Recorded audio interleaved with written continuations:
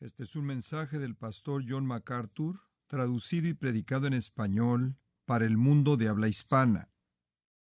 Tenemos un par de semanas antes de que el verano termine y entraremos a nuestra agenda de otoño y todo el mundo regrese. Y no estaba del todo cómodo con regresar a la serie de segunda y tercera de Juan el domingo por la noche. Y entonces decidí simplemente hacer una serie corta el domingo por la mañana en el tema de Dios. Es Él quien es y cómo es. Y en la noche Satanás es Él quien es y cómo es Él. Y entonces esta noche y durante las siguientes 2 semanas vamos a estar estudiando la naturaleza de Satanás. Creo que es muy importante que tengamos un entendimiento de Satanás. Puedo acordarme cuando estuve en la universidad que una de las cosas que hicimos en fútbol americano, hicimos muchas cosas locas para prepararnos para los juegos de fútbol, pero una de las cosas que siempre hacíamos era tomar a parte del equipo y tomar esa unidad y hacer que esa unidad, ese grupo de jugadores, actuaran y jugaran como el equipo contra el que íbamos a jugar el sábado. Y después practicábamos en contra de nuestros propios hombres,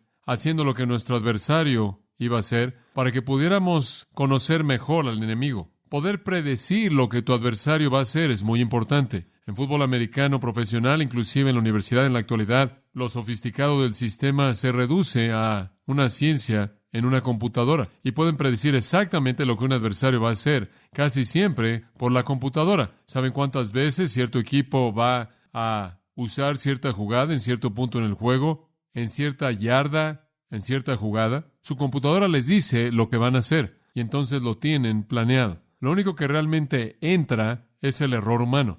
Esto es simplemente sabio en el deporte. Un boxeador que va a pelear en una pelea aprende en dónde está la vulnerabilidad de su adversario y ataca ese punto. Esto es verdad en cualquier cosa que hacemos en términos de competencia o de combatir contra un enemigo. Bueno, no es menos verdad en el área de lo espiritual. Si vamos a entender cómo mejor ganar la victoria, debemos saber en qué consiste nuestro enemigo. Entre mejor entendamos a nuestro enemigo, mejor entenderemos sus debilidades. Y eso es lo que queremos hacer al ver a Satanás. Ciertamente no para glorificarlo, sino para desenmascararlo, para que podamos verlo como la persona corrupta y derrotada que es. Ahora todos estamos conscientes del relato de la creación en Génesis 1 y 2. En el principio Dios creó los cielos y la tierra estaba desordenada y vacía, y las tinieblas estaban sobre la faz del abismo, y el Espíritu de Dios se movía sobre las aguas, y después la creación comenzó. Todos estamos conscientes de eso. Ya habían seres vivos en el universo. Dice usted, ¿quiénes eran? Abra su Biblia en Job 38 y descubramos quién estaba con Dios cuando Él hizo el mundo. Job 38, versículo 4. Ahora aquí encontramos al Señor haciéndole algunas afirmaciones interesantes a Job.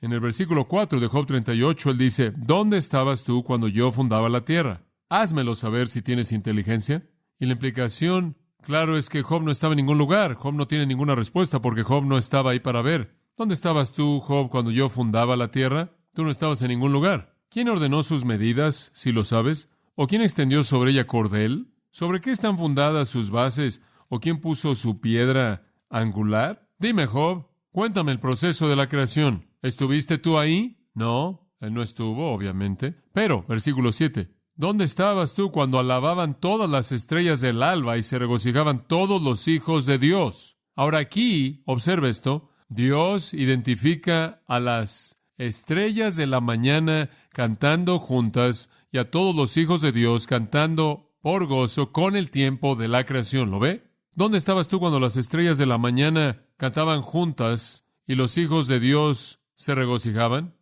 Entonces, las estrellas de la mañana no pueden ser estrellas reales. ¿Qué son? Son lo mismo que los hijos de Dios. ¿Qué son? No son nada más que ángeles. Los ángeles ya fueron hechos cuando Dios hizo el mundo. Esa es la implicación de este texto. Los ángeles son llamados Bene Elohim en Job 1.6. Eso significa hijos de Dios, Job 2.1, y aquí en Job 38, versículo 7. Y como vimos esta mañana, el término hijos de Dios se reserva para aquellos que fueron creados por un acto directo de Dios. Ahora, no sabemos cuándo es que los ángeles fueron creados, pero creo que es seguro decir que existieron cuando el mundo fue hecho. Simplemente no sabemos cuánto tiempo habían existido porque no hay revelación en eso, pero lo importante es que ya existían. Ahora, en Colosenses 1, dice, porque por Él fueron creadas todas las cosas, las que están en los cielos y en la tierra, visibles e invisibles, sean tronos, dominios, principados o potestades, todas las cosas fueron creadas por Él. Ahora observe, tronos, dominios, principados y potestades, todos estos son títulos para ángeles. Todos esos son rangos de seres angelicales. Y dice ahí en Colosenses 1:16 que Dios creó a los ángeles. Y es un verbo auristo, lo cual significa que en un punto en la historia pasada, Dios hizo a los ángeles. E incidentalmente, me parece claro a partir de la palabra de Dios que todos los ángeles fueron creados al mismo tiempo. Todos ellos creados por un acto directo de Dios. De hecho, fue su palabra que lo hizo. Su palabra es lo que creó todo y los ángeles no son diferentes. Dice en el Salmo 148, versículo 2, alabadle todos vosotros sus ángeles, alabadle todos ustedes sus huestes, alabadle sol y luna, alabadle vosotros estrellas de luz, alabadle cielos de cielos, vosotras aguas que están sobre los cielos, alaben el nombre de Jehová, porque Él mandó y fueron creados. Todo, incluyendo los ángeles, debe alabar a Dios porque fueron creados por su mandato. Y de la misma manera que fue instantáneo que Dios creó todo en Génesis, así, de manera instantánea, creó a todos los ángeles. Dice usted, bueno, ¿cómo sabes que Él no creó a un par de ángeles y comenzaron a reproducirse? Porque los ángeles no pueden hacer eso. Los ángeles no procrean. Dice usted, ¿de dónde viene eso? Viene de Mateo 22, versículo 28. Y claro que no vamos a entrar al texto entero aquí. Dice en la resurrección, ¿de quién será mujer? Usted sabe, le presentan aquí el asunto de un hombre que muere y su hermano supuestamente debe tomar a su esposa. Si su hermano no está casado, usted sabe, él debe tomar a su esposa y continuar con la familia. El marido muere y el hombre lo hace, y después se muere y el siguiente hombre lo hace y ella pasa por 7 hermanos. Y la pregunta viene al Señor. En la resurrección, ¿de quién de los 7 será esposa? Y claro, de cualquier manera, esa es una situación rara. Ya para cuando usted llega al hermano 3 o 4, se vuelven un poco sospechosos si todos se morían de esa manera. Pero si usted resultaba llegar hasta el hombre número 7, y la pregunta que le están haciendo a Jesús los saduceos, tratando de hacerlo tropezar, porque ellos no creían en la resurrección, fue, ¿de quién será ella esposa cuando lleguen a la resurrección? Jesús les respondió y les dijo, versículo 29, erráis ignorando las Escrituras y el poder de Dios, porque en la resurrección ni se casan ni se dan en casamiento, sino que son como los ángeles de Dios. Los ángeles no se casan y no procrean. Todos fueron creados instantáneamente en una palabra hablada en el pasado, un acto de Dios en la creación. Evidentemente, antes de la creación del mundo, de tal manera que pudieron cantar juntos y debieron haber sido un coro fabuloso cuando el mundo estaba siendo creado. Fueron creados con el propósito de servir y glorificar a Dios. Ese es el propósito para el cual todos los ángeles fueron hechos. Solo 2 cosas que recordar: para servir y glorificar a Dios, para alabarlo y obedecerlo. Y si usted lee Apocalipsis, usted descubre en el capítulo 4, eso es exactamente lo que hacen. Lo alaban. Si usted lee Hebreos en el capítulo 1, descubrirá que eso es exactamente lo que hacen. Le sirven. Los ángeles son llamados en Hebreos 1 espíritus ministradores. La palabra significa sirviendo. Sirven los propósitos de Dios, cumpliendo su voluntad, y honran y alaban y lo glorifican. Ahora es interesante especular acerca de cuántos ángeles hay. Y no estoy tratando de regresar a la pregunta antigua teológica, ¿cuántos ángeles puede Dios colocar en la cabeza de un alfiler? Lo cual, claro, es irrelevante. Eso no es lo que estamos diciendo. Pero es interesante imaginarse, desde el punto de vista de números, cuántos ángeles realmente hay. Jesús, en el punto de su crucifixión, dijo que si Él quisiera, Él podría llamar a 12 legiones de ángeles. Y una legión romana era 6,000 hombres. Ahora, un ángel habría sido suficiente, no hay duda al respecto. Un ángel antes mató a 185,000 hombres en el Antiguo Testamento. Entonces, usted realmente no necesita muchos de ellos. Dice usted, ¿esa es la cantidad que hay? No, hay más que eso. De hecho, la Biblia nos dice, y en cierta manera estoy llegando hasta ahí en Apocalipsis capítulo 5, no le puedo decir todo al principio, dice en el versículo 11, y vi y oí la voz de muchos ángeles, ¿cuántos? Alrededor del trono, las criaturas vivientes y ancianos, y el número de ellos era 10,000 veces 10,000 y miles de miles. Y lo que él está tratando de hacer aquí no es ser exacto, sino no exacto, y simplemente mostrar que realmente estar más allá de la capacidad de contarse. De hecho, en Hebreos 12:22 dice, habéis venido al monte Sión, a la ciudad del Dios viviente, la Jerusalén celestial, escuche, a una compañía incontable de ángeles. ¿Sabe usted cuántos ángeles hay? Hay demasiados para contarlos. Dice usted, ¿crees que hay billones de ellos? Algunos creen que son iguales que las estrellas del cielo, porque son llamados estrellas. Algunos dicen que esa es una referencia a que probablemente hay tantos ángeles como hay estrellas. ¿Cuántas estrellas hay? No me pregunte eso, hay billones de ellas.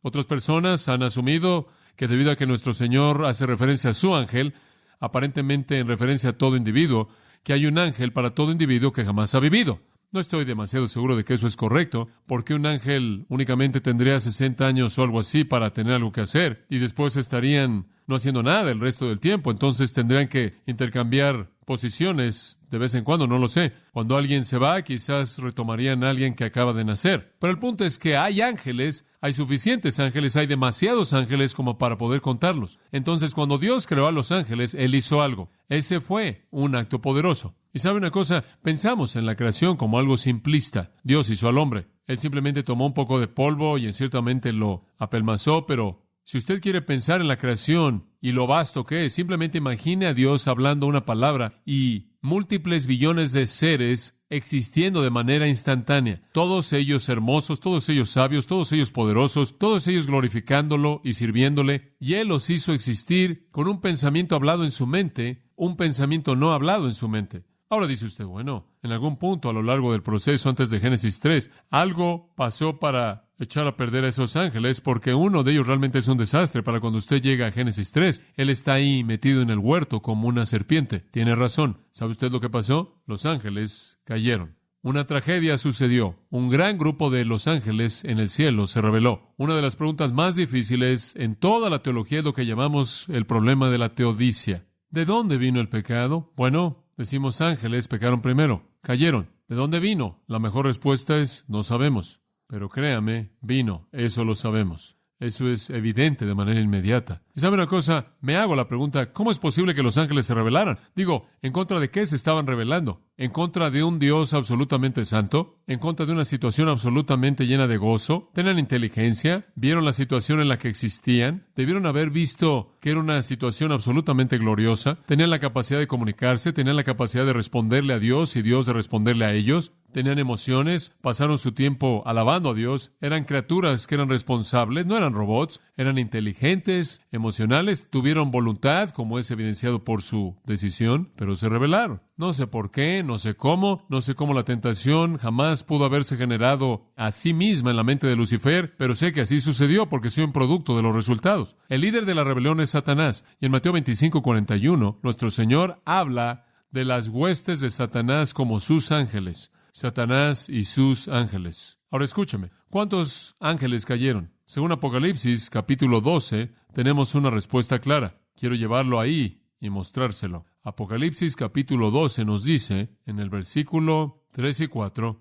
acerca de Satanás, y él es llamado el dragón. En el versículo 3 es llamado el gran dragón rojo. Y el versículo 4 nos cuenta de su caída. Escuche. Y su cola llevó consigo a la tercera parte de las estrellas del cielo. ¿Cuántos ángeles estuvieron en la rebelión? 1/3 de ellos. Eran superados 2-1 por los ángeles santos. Pero esa es la cantidad que estuvo en la rebelión. Ahora, 1/3 de los ángeles se rebeló con Satanás. Dice usted, ¿acaso todos esos ángeles están sueltos corriendo por todas partes en la tierra como los ángeles de Satanás, a quienes llamamos demonios? No todos ellos están corriendo por todos lados. Algunos de ellos están encerrados. ¿Sabía usted eso? ¿Sabía usted que algunos de esos demonios están encerrados? Algunos de ellos están encerrados por un tiempo y algunos de ellos están encerrados para siempre. Permítame darle un pequeño diagrama, simplemente como hacemos un diagrama de una oración. Tengamos aquí una línea y digamos ángeles se dividen en dos partes, santos o elegidos. Ángeles santos o elegidos. En la línea de abajo tenemos a los ángeles caídos. De los ángeles caídos hay dos tipos, los que están sueltos y los que están encerrados. A los sueltos los llamados demonios. Los encerrados hay dos tipos, los que están encerrados permanentemente, los que están encerrados temporalmente. Los que están encerrados permanentemente nos son dados en Judas y en Pedro, en donde están reservados en cadenas eternas, y creemos que esos son los que pecaron en Génesis 6, cohabitando con mujeres, produciendo gigantes en la tierra, que fueron destruidos en el diluvio. Los que están temporalmente encerrados podrían ser los que han sido arrojados al abismo. Y en Apocalipsis 9 son vistos saliendo del abismo durante la tribulación, pero hay muchos de ellos sueltos ahora. Entonces hay billones de demonios Algunos encerrados temporalmente, algunos encerrados permanentemente y muchos de ellos sueltos. Son los ángeles de Satanás. Ahora, esta es una introducción breve al concepto de un ser real, personal, vivo llamado el diablo. Él es el líder de esa rebelión de ángeles. Ahora, ¿es verdad? Y esa es una pregunta apropiada. ¿Realmente hay un diablo? Algunas personas creen que lo único que es muy real acerca del diablo es el hecho de que él es un disfraz de Halloween y nada más. Que la caricatura de Satanás es simplemente alguien que algo soñó para asustar a los pequeños para hacer lo que su papá les dice que hagan. ¿Hay alguna evidencia para creer que hay un diablo, un ser activo personal que se opone al plan de Dios? Bueno, ciertamente si usted ve con cuidado la razón, la filosofía, simplemente pensarlo, tiene que haber un adversario. Tómenlo filosóficamente. Hay un Dios, Él hace un mundo. Él es lo suficientemente poderoso como para hacer un mundo como Él quiere hacer un mundo. En medio de ese mundo que Él ha hecho, la armonía absoluta no existe. Hay una dicotomía desconcertante de felicidad y tristeza, de sabiduría y torpeza, de satisfacción y fracaso, de amabilidad y crueldad, de vida y muerte. Parece haber dos cosas que van paralelas que nos confunden. Y cuando le decimos a alguien que es impío, Dios es un Dios amoroso y bueno, son aptos para venir y contestarnos, en serio, bueno, dime acerca de esto, ¿qué hay acerca de esto y esta tragedia? El hecho mismo de que toda esta oposición a Dios existe es la suficiente evidencia de algún otro ser personal que está involucrado de manera activa en tratar de estorbar el plan de Dios. ¿Puede el mismo ser crear lo bueno que quiere hacer y después crear su opuesto y pelear en contra de sí mismo y estar ahí de pie frustrado en la pelea? No. Eso es como la pregunta antigua, ¿acaso Dios puede hacer una roca tan grande que Él no puede levantarla? No tiene sentido.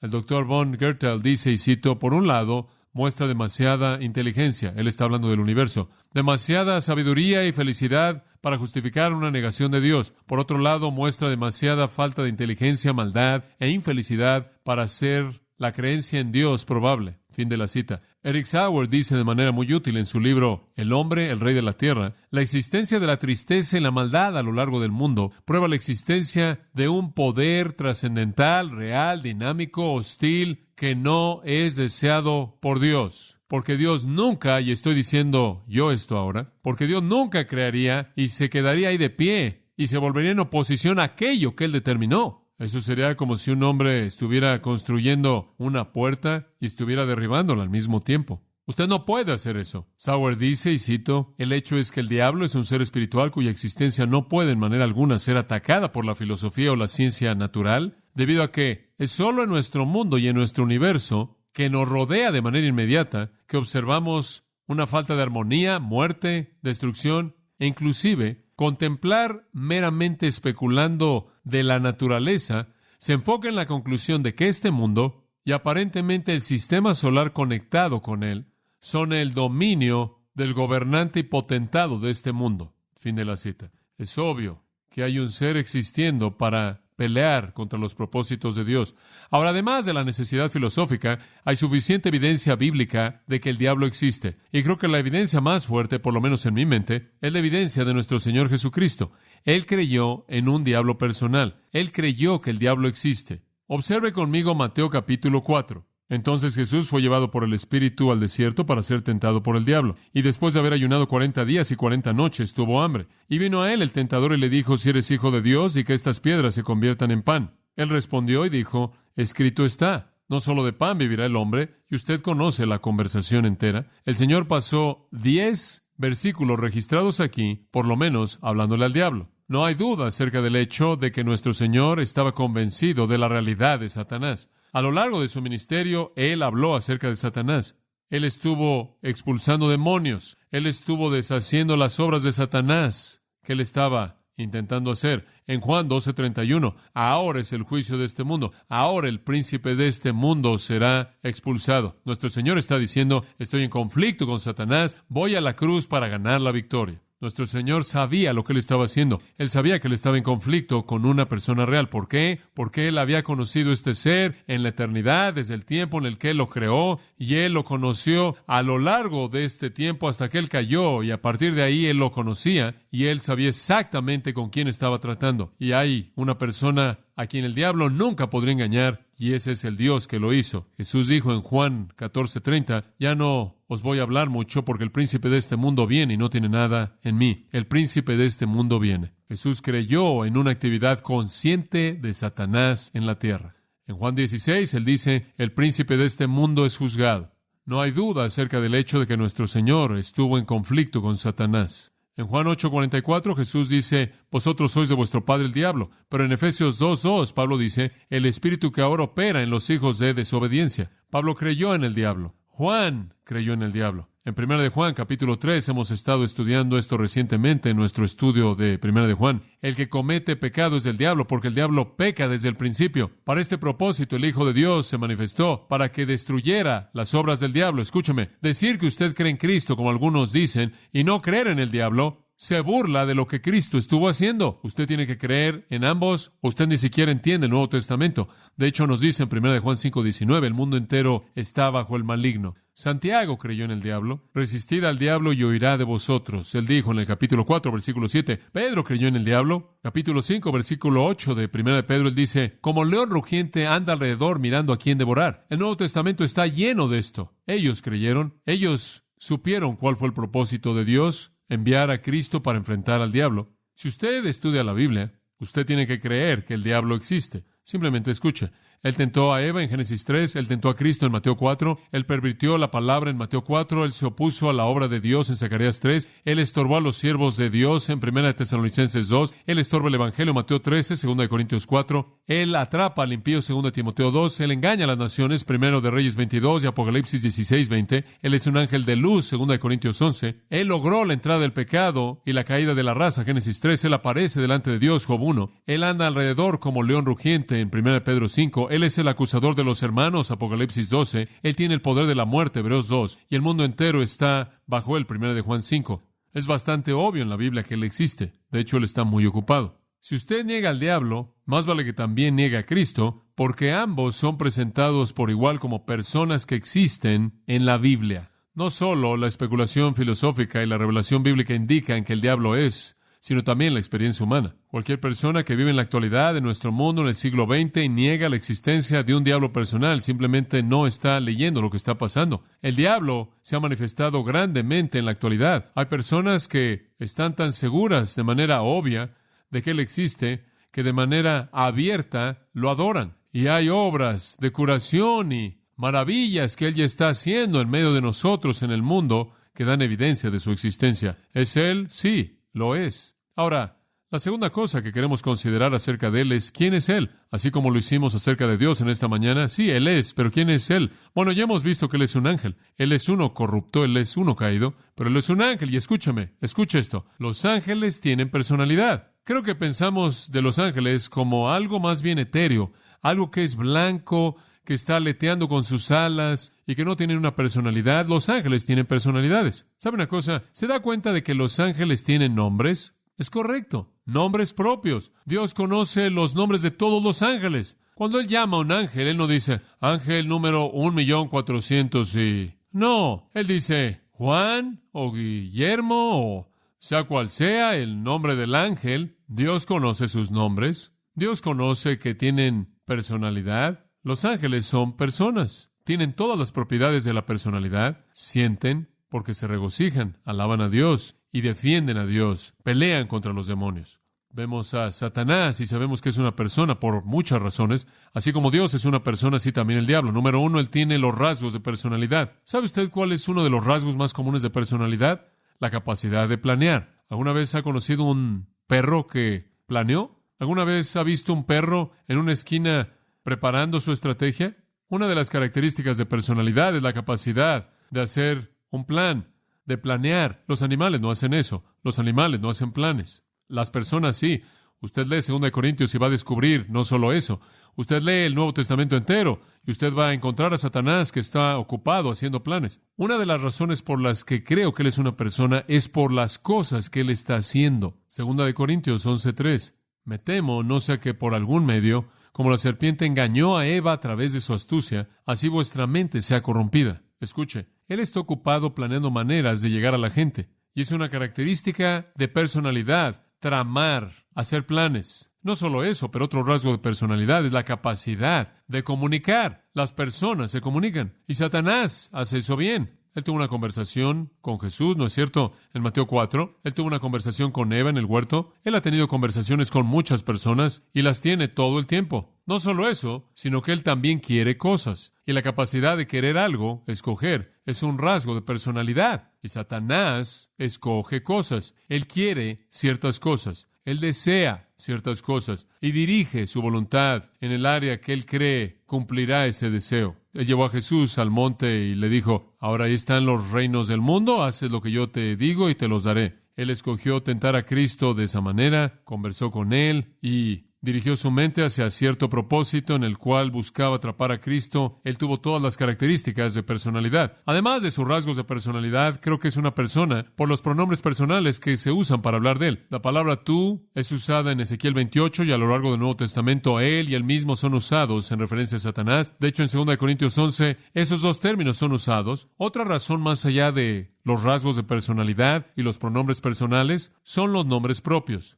Él tiene muchos nombres propios. Y esos únicamente son dados a personas. Veremos esos en un minuto. Otro pensamiento que creo que es importante es que Dios lo hace responsable a nivel personal. Y eso únicamente le pertenece a personas. Los animales no son responsables. No rinden cuentas, no moralmente. No hay estándar bíblico para la conducta de un animal. Y Dios dice, voy a juzgar a Satanás. Cuando Dios dijo que él iba a juzgar a Satanás, eso implicó que Satanás había violado los estándares de Dios. Y Satanás fue responsable de manera personal por esa violación. Esa es una característica de personalidad. Ahora, ¿qué hay acerca de esta área de títulos personales? No solo responsabilidad personal y todas estas otras cosas, sino que Satanás tiene que ser una persona debido a sus títulos personales. Ahora, estos son fascinantes. Permítame decirle cómo es llamado. Él es llamado, por ejemplo, en Ezequiel 28:14, y veremos eso después, pero él es llamado ahí el querubín ungido que cubre. El querubín ungido que cubre.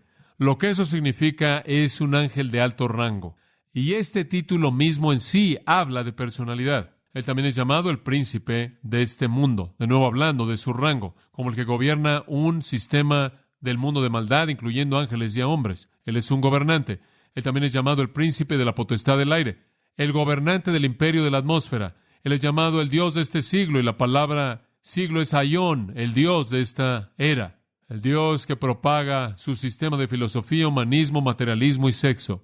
Él también es llamado en Lucas 11:15, el príncipe de los demonios. 2 Corintios 4:4, él es llamado el Dios de este siglo. Pero él es llamado en Lucas 11:15, el príncipe de los demonios, Belcebú. ¿Alguna vez ha oído ese término, Belcebú? Ese es un término interesante y simplemente rápidamente lo que significa es el señor de las moscas.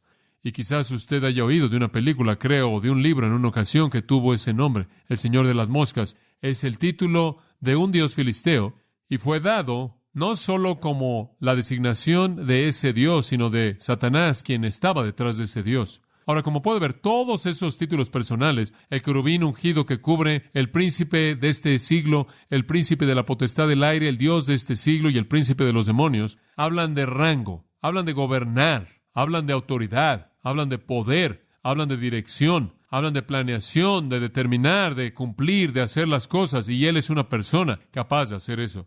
Ahora, Satanás, ¿quién es él? No solo él es una persona, sino que es un espíritu. Satanás es un espíritu, y como dijimos esta mañana, un espíritu es un ser inmaterial. Satanás puede estar aquí en este momento. No sé si lo está. Él probablemente está haciendo algo más. Pero si él estuviera aquí en este momento, no lo sabríamos. ¿Por qué? Porque él es un espíritu. Pero eso no significa que él no está ahí, porque él es un espíritu. Pero eso no significa que él no está aquí. ¿Sabe una cosa? Vivimos en este mundo pequeño en donde lo único que conocemos son las 3 dimensiones que existen.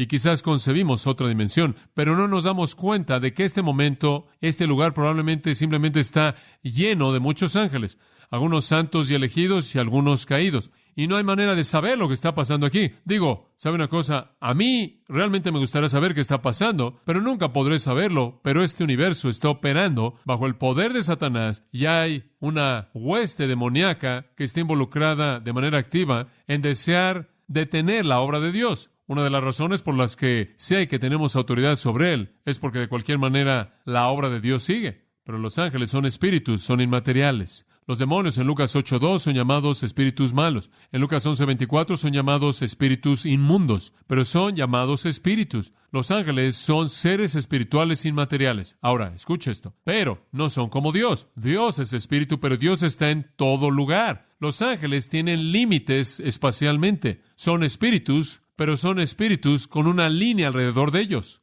Tienen que moverse, no pueden estar en todo lugar. Son rápidos, realmente son rápidos. ¿Y quieres saber algo interesante? Algunos de ellos son más rápidos que otros. Ahora, trate de entender eso. Dice usted, ¿quieres decir que podrás tener una competencia de carreras de ángeles o algo así y algunos de ellos llegarán más rápido que otros? Bueno, algunos de ellos son señalados en la Biblia por su velocidad, como los súper rápidos. Algunos son más bien lentos. Pero sabemos que tienen límites espaciales. Según Daniel 9 y Daniel 10, hay evidencia en esos dos pasajes de manera clara que están ubicados en algún lugar tratando de llegar a otro lugar. Esa es la razón por la que cuando nuestro Señor enviaba a los demonios a un cerdo, ahí es exactamente a donde fueron. Tienen un límite espacial, no están en todo lugar y no nada más pueden en cierta manera separarse y flotar. Simplemente están en donde están. Ahora, Satanás, nunca lo olvide, es así. Y cada vez que alguien me dice, bueno, tú sabes, el diablo me hizo hacerlo, usted no sabe si ese fue el diablo. Seguro, él es rápido. Pero él es así de rápido como para andar por todos lados y afectar a todo el mundo y seguir avanzando por todo el mundo todo el tiempo. No sé cuán rápido es él, pero él no necesita hacer eso. Él tiene limitaciones espaciales. Ahora, permítame decirle algo. Usted puede meter a muchos de ellos en un espacio pequeño.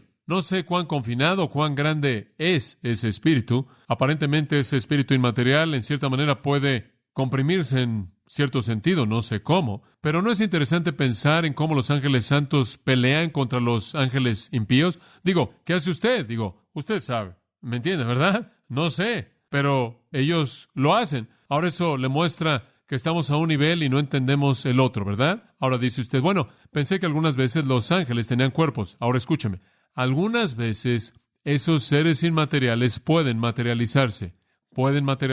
Ahora, no sé cómo es que se materializan, pero pueden. Y pueden adoptar un cuerpo. No es un cuerpo como nuestro cuerpo, porque algunas veces tiene alas, ¿no es cierto? Como en Isaías 6. Y es muy hermoso, pero en Sodoma, cuando la gente los vio, cuando se materializaron en cuerpos, toda la gente ahí en la ciudad nunca antes había visto algo así. Y claro, Sodoma era famosa por su homosexualidad. Y cuando la población homosexual de Sodoma vio a esos ángeles materializarse, simplemente se desmayaron. Dijeron, nunca hemos visto algo así. Y los persiguieron hasta la casa de Lot y estaban a punto de destrozar el lugar para tratar de llegar a ellos. Y esa es la razón por la que Dios destruyó la ciudad. Y esa es la razón por la que nosotros usamos la palabra sodomía para referirnos a homosexualidad. Eran tan hermosos y tan hermosos que estas personas que eran tan pervertidos en sus lujurias se vieron atraídos a ellos sexualmente. Otra cosa acerca de los ángeles que es interesante es que son inmortales y nunca mueren.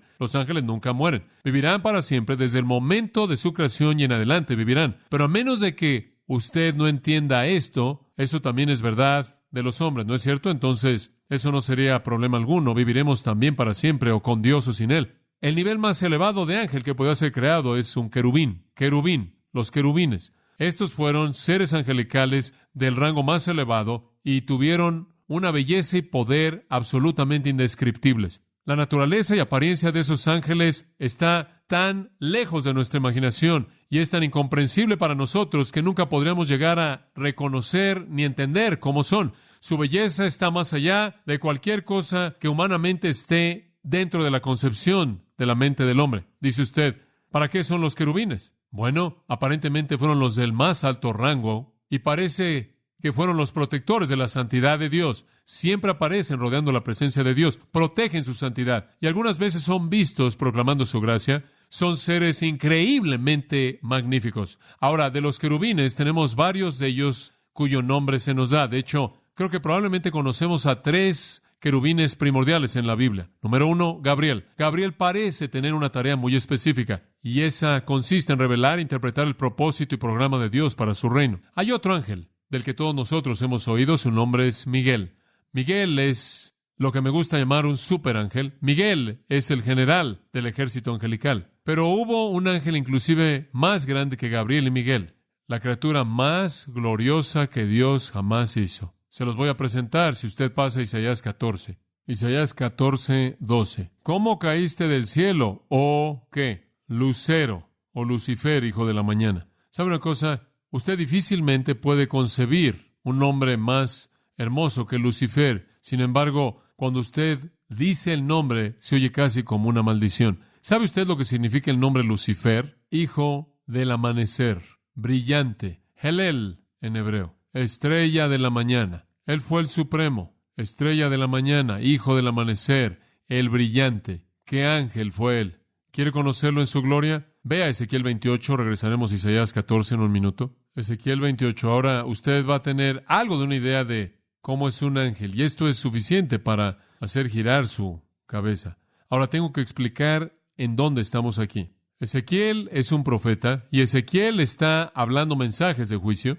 Uno de aquellos a quienes Dios había decidido juzgar por su iniquidad fue el rey de Tiro. Tiro es un área muy famosa, un lugar muy famoso en la historia bíblica. El rey de Tiro fue un hombre malo, un hombre extremadamente malo. Él fue despiadado, cruel e impío, y el Señor iba a traer juicios sobre él. Y en los versículos 1 al 10 de Ezequiel 28, Ezequiel presenta una palabra en contra del rey, o el príncipe, como es llamado en el versículo 2 de Tiro, y él en cierta manera lo derriba. Versículo 10, de muerte de incircuncisos morirás por mano de extranjeros, porque yo he hablado, dice Jehová el Señor. Versículo 9 inclusive dice que dijo, yo soy Dios, tú hombre eres y no Dios, en la mano de tu matador. ¿Qué Dios eres tú?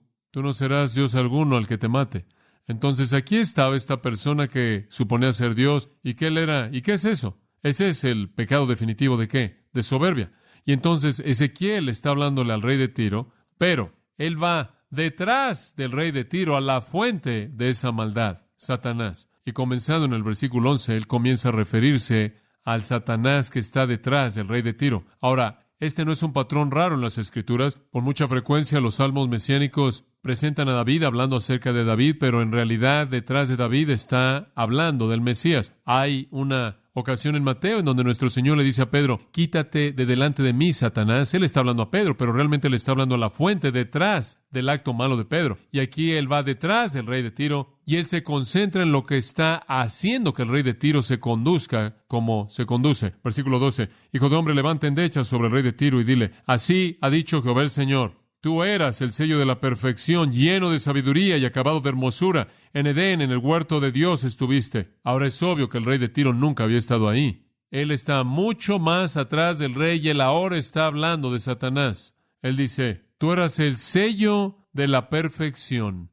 ¿Sabe usted lo que eso significa? Tú estás sellado con la marca de la perfección. La suma de toda la creación de Dios eres tú y Dios te selló como el sello de su perfección. Tú eras la creación suprema que Dios jamás hizo, lleno de sabiduría y, ¿qué? Acabado de hermosura. Si usted quisiera conocer lo que Dios piensa que es hermoso, usted habría tenido que ver en la esencia espiritual de este ángel en particular, la belleza que Dios colocó ahí, y usted habría sabido lo que Dios piensa que es hermoso. Él lo hizo absolutamente perfecto en belleza, lleno de sabiduría, la suma de la perfección y presentado como tal. ¿No es sorprendente cuando pensamos en Satanás en la actualidad que siempre pensamos en él como alguien feo?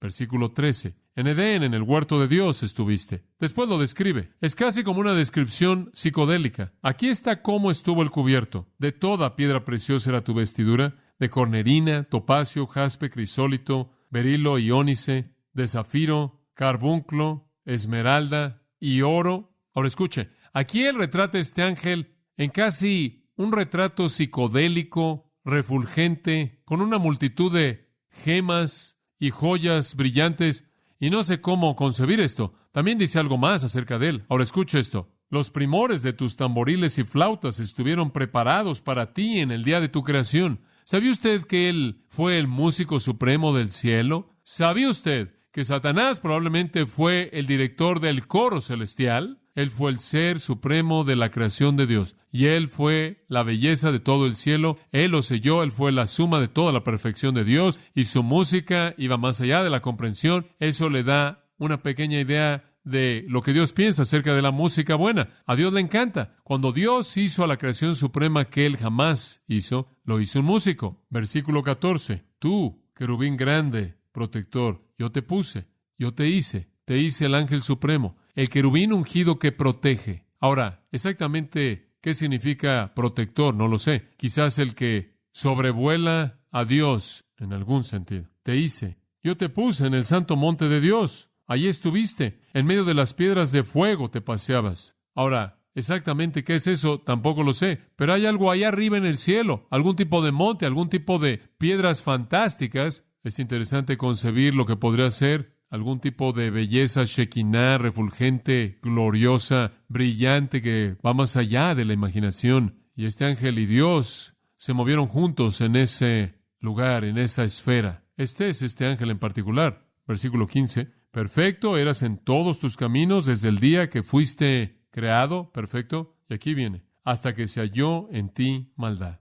Habría sido lo suficientemente malo si él lo hubiera hecho solo. Pero ¿sabe usted lo que él hizo? Él no mantuvo su iniquidad para sí mismo. Él la comercializó. Versículo 16. A causa de la multitud de tus contrataciones, fuiste lleno de iniquidad y pecaste. Por lo cual yo te eché del monte de Dios y te arrojé de entre las piedras del fuego, oh querubín protector. Sea cual sea el monte de Dios, y sea lo que hacen referencia a las piedras de fuego, ahí es en donde Dios está. Ese es el centro de sus cielos. Te expulsaré no solo porque pecaste, sino porque comercializaste con tu pecado. Versículo 18 él dice, con la multitud de tus maldades y con la iniquidad de tus contrataciones profanaste. Contrataciones o tu tráfico, lo propagaste. ¿Sabe usted lo que Satanás hizo cuando se fue? Él no se fue solo. ¿Cuántos se fueron con él? 1/3. Yo pues saqué fuego de en medio de ti, el cual te consumió y te puse en ceniza sobre la tierra a los ojos de todos los que te miran. Dios dice, pagarás, Satanás, pagarás un precio alto. Ahora, ¿cuál fue la iniquidad que hizo que esta criatura increíble descendiera a la corrupción a la que descendió? Vaya a Isaías capítulo 14 y veamos lo que fue. Versículo 12.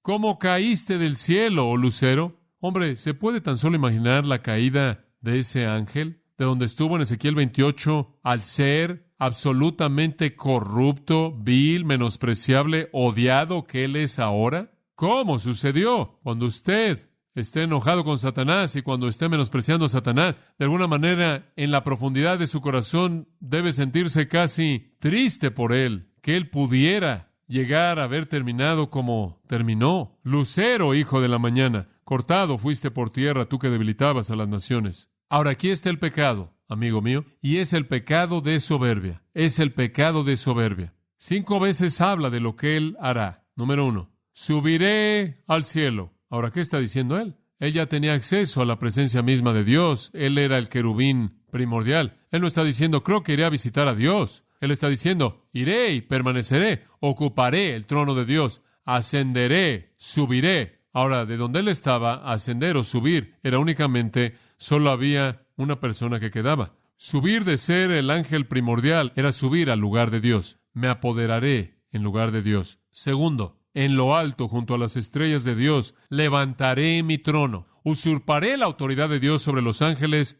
Me apoderaré como el gobernante del cielo. Tercer, haré. Y en el monte del testimonio me sentaré. Versículo 14. Sobre las alturas de las nubes subiré. Y la mayoría de los comentaristas dicen que las nubes aquí no están hablando de nubes blancas acolchonadas, sino nubes que se refieren a la gloria de Dios, así como las estrellas se refieren a los ángeles. Estaré por encima de la gloria de Dios. Después lo resume en su última acción, y seré semejante al Altísimo. ¿Sabe usted que el Altísimo es un título? Ese es el título de Dios como el poseedor del cielo y de la tierra.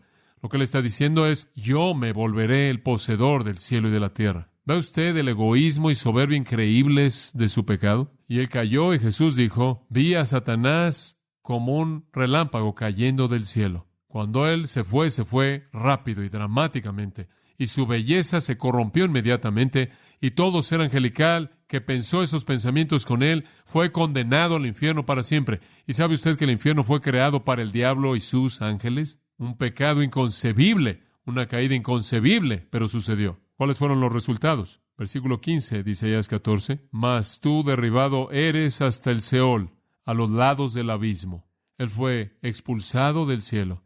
Él se corrompió. Se inclinarán hacia ti los que te vean, te contemplarán, diciendo, ¿es aquel varón que hacía temblar la tierra, que trastornaba los cielos, que puso el mundo como un desierto, que asoló sus ciudades, que a sus presos nunca abrió la cárcel? no solo él está condenado al abismo, sino que él se vuelve menospreciado y despreciable. Y el despliegue de su debilidad es obvio para todos los que lo ven. Ahora, la afirmación del versículo 15, él será llevado al abismo, será cumplido. Según Apocalipsis 20, Satanás es tomado y arrojado al lago de fuego por los siglos de los siglos. Satanás cayó despedazado. Ahora, una vez que él cayó, el mundo todavía no estaba en pecado. Aún si ya había sido creado, no sabemos cuándo sucedió la caída, o antes de Génesis o después. Pero Dios tuvo dos opciones. Una vez que Satanás cayó y todos esos demonios, él pudo simplemente haber hablado la palabra y todos habrían dejado de existir de manera inmediata. Él pudo haber destruido a Lucifer con una palabra. Él pudo haber detenido la rebelión, y eso habría sido todo. Y después él quizás pudo haber esperado hasta que volviera a suceder. Pero Dios no escogió hacer eso. Dios escogió darle al rebelde su oportunidad plena de explotar toda expresión de su poder, de seguir todo ángulo posible. Le dio todo el tiempo, desde Génesis 3 hasta el reino.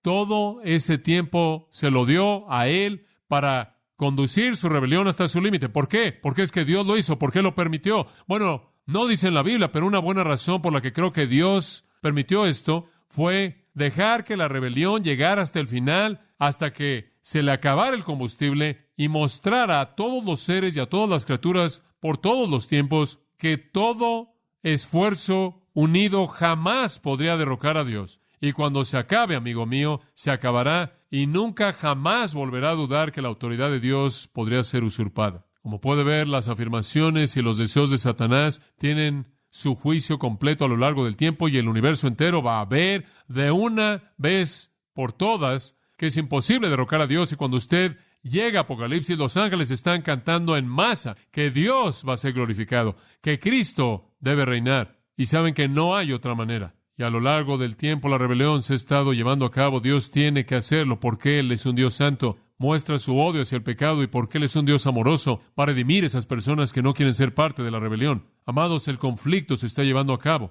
Créame, se lleva a cabo a todo nivel. ¿Sabía usted eso? A todo nivel en este universo la guerra está llevándose a cabo. La rebelión está hasta su límite en el trono mismo de Dios, según Job capítulo 1. Satanás tiene acceso al trono de Dios y están en conflicto. Según Daniel 10, a nivel angelical hay conflicto. Dios envió a un ángel, ¿se acuerdan? En el tiempo de Daniel, y ese ángel fue detenido por un demonio, y Dios dijo: Miguel, ayúdale. Y el superángel salió ahí y acabó con ese otro demonio, y continuó el ángel para terminar con su tarea. Hay una guerra a nivel angelical, y si usted no está consciente de eso, debería saberlo. Para ahora hay una guerra a nivel humano. Jesús dijo: vosotros sois de vuestro padre el diablo, en Juan 8:44. Y él dijo: somos los hijos de Dios, los hijos de Dios, los hijos de Satanás pelean entre sí. Este universo entero es un campo de batalla. Y ¿sabe una cosa? Me pregunto algunas veces, cuando los cristianos en cierta manera simplemente se sientan y viven la vida de manera ignorante, y me pregunto si se dan cuenta de lo que realmente está pasando. Satanás está contendiendo por las almas de los hombres, y también Dios. Y debemos estar en el equipo de Dios contendiendo con Él. ¿Hay un diablo? Más vale que lo crea. ¿Quién es? Él es una persona. Él es un espíritu. Él es un ángel caído. Y Él está activo y es agresivo en la guerra en contra de Dios y los propósitos de Dios en el mundo en la actualidad. Cierro con esto. Toda persona sentada en este auditorio y toda persona sobre la faz del globo o es hijo de Dios o hijo de Satanás. O usted está de un lado o del otro. ¿Es correcto? Jesús dijo: el que no está conmigo está contra mí. Ahora, si usted se quiere alinear con esta criatura caída, que está condenada, y todos los que están con él por igual, esa es decisión de usted. Jesús inclusive dijo, ciertamente con un corazón quebrantado: no queréis venir a mí para que tengáis vida. Usted puede estar del lado de Dios al venir a Cristo. Y cristiano, si ahora sabes qué es Satanás y lo que él está haciendo, y cuán trágica fue su caída, y en lo que realmente consiste este reino, espero que esto te dé un nuevo ímpetu para pelear la batalla, para resistir al diablo, y para no darle entrada en tu vida, a no dejarlo tener una ventaja sobre ti. No le des ni un centímetro. Dios merece toda tu gloria, toda tu alabanza, toda tu vida. Satanás ya ha sido derrotado en la cruz, pero hombre, para un enemigo muerto, ciertamente patea y lucha, y continuará haciendo eso hasta el final. Y nosotros debemos identificarnos con Dios y luchar y pelear reconociendo quién es nuestro enemigo, para la gloria de Dios y en el poder de Dios. Padre, gracias por nuestro tiempo en esta noche, por un tiempo de estudio de tu palabra. Oramos que conforme hemos comenzado a estudiar esta persona que existe y que inclusive puede estar oyendo lo que decimos. Te damos gracias a ti, Dios, que mayor es el que esté en nosotros que el que esté en el mundo. Te damos gracias porque Él es un enemigo derrotado. Oh Dios, guárdanos de llegar a ceder ante Él, de llegar a inclinarnos en su dirección, de adoptar alguna de sus filosofías, su humanismo, materialismo, su orientación hacia la lujuria y el sexo, y todas estas otras cosas que Él, de manera tan obvia y frecuente, propaga, y que nos inclinemos de manera total hacia aquel que nos ha redimido, que nos amó, el Dios que merece nuestra alabanza y nuestra honra y nuestras vidas. Gracias, Padre, por ayudarnos a conocer mejor a nuestro enemigo. Ahora que lo conocemos, ayúdanos a pelear contra Él, a estar en guerra, a pelear, a luchar en contra de Él, a fortalecernos en el Señor y en el poder de su fuerza. Oramos en el nombre bendito de Cristo, quien es el victorioso. Amén. Usted ha escuchado a John MacArthur, maestro bíblico de gracia a vosotros. Para más información y acceso gratuito a todos los mensajes de John, así como una lista de libros incluyendo la Biblia de estudio, visite la página web en gracia.org. Gracia a vosotros y el pastor John MacArthur se reservan toda protección y derecho de autor bajo la ley que esté vigente. La información de derecho de autor está disponible en gracia.org, que incluye instrucciones para limitar la duplicación de este archivo digital. Gracia a vosotros es una organización sin fines de lucro dedicada a desarrollar recursos desde las enseñanzas del pastor John MacArthur, las cuales ofrecen la verdad de las Escrituras. Por otra parte, su apoyo en oración y sus donaciones al ministerio nos ayudan a lograr este propósito para equipar a miles de personas de habla hispana. Si desea hacer una donación o ofrenda, puede hacerlo utilizando su tarjeta Visa, Mastercard, Discovery o American Express, ingresando a gracia.org, y si vive en Estados Unidos o Puerto Rico, también puede llamarnos al 1-866-5-GRACIA, esto es, 1-866-547-86